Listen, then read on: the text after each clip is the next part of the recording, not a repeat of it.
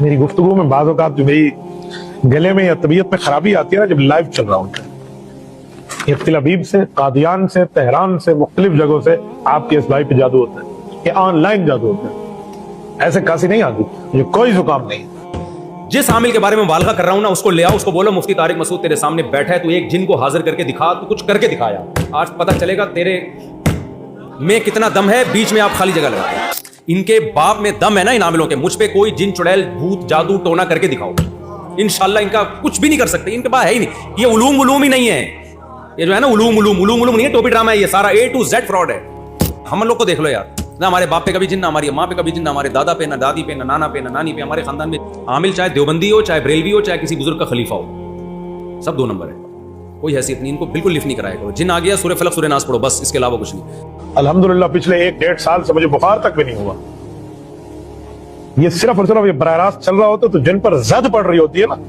تو ان پر یہ جادو، آن لائن جادو پڑتا ہے۔ یہ بھائی مفتی عبد الواحد قریشی صاحب ہے، جو بہت بڑی علمی شخصیت ہے،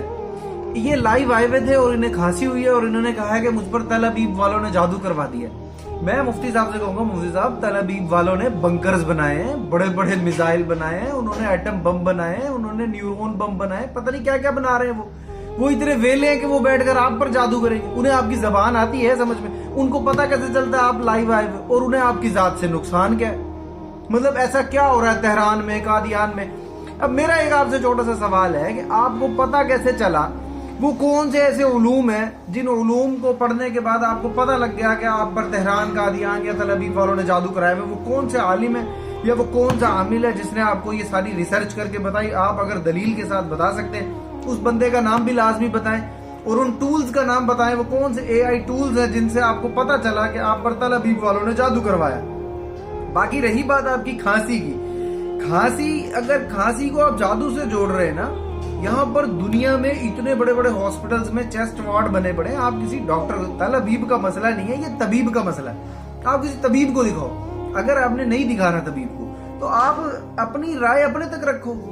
آپ امت کو تو یہ والے چیپٹر پہ نہ ڈالو نا کہ بھئی جادو ٹونے سے کچھ ہو جاتا ہے، کھانسی جاتی، مطلب میری رائے ہے، یہ میں سیرپ رکھ کے بیٹھا ہوں، یہ بہت کمال کا سیرپ ہے، پرولیف سیرپ۔ آپ کی کھانسی تل ابیب والوں کی وجہ سے اگر ہوئی بھی ہے تو یہ پرولیف سیرپ آپ کی کھانسی بند کر دے گا انشاءاللہ۔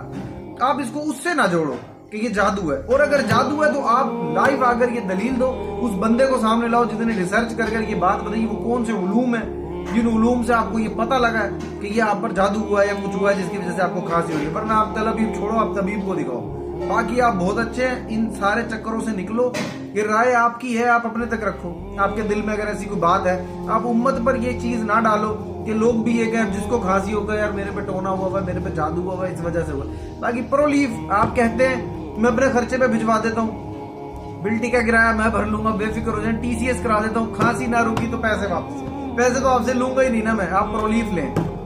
اور ویسے بھی عام عوام کے لیے بھی میں یہی کہہ رہا ہوں کہ اگر آپ میں سے کسی کو کھانسی ہو رہی ہے تو کوئی جادو شادو نہیں ہو رہا یہ کھانسی سے، آپ پرولیف پئیں، کھانسی ختم، خشک ہے یا بلغمی ہے، کھانسی بہترین کر کے ختم ہوگی۔ ٹھیک ہے، اپنا خیال رکھیے۔